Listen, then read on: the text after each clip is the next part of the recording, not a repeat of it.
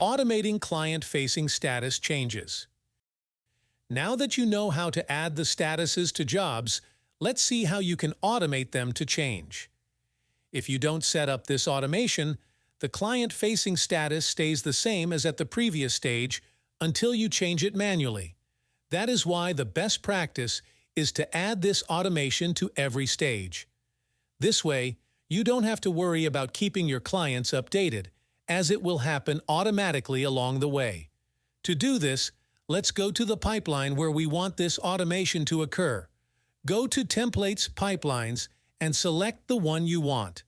For this example, let's do it on the payroll pipeline. Here, you will see that it only contains 4 stages, but others contain many more. Once seeing the stages, ask yourself, what steps are involved in the various services I offer?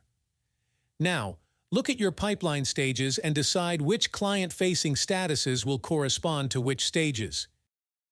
Now, let's add our automations by clicking either the Edit Automation or Add Automation.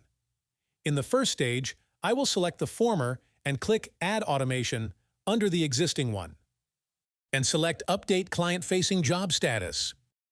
On the Visibility for Client option, you can choose to show or hide status. We will select to show it. Next, select your desired status for this stage. Notice that a description will appear automatically, but you can tweak it to your preference. Now click Save.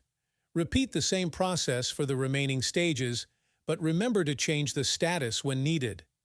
If the same status should remain for several stages, you don't need to add automations to each, just to the stage where the status will change.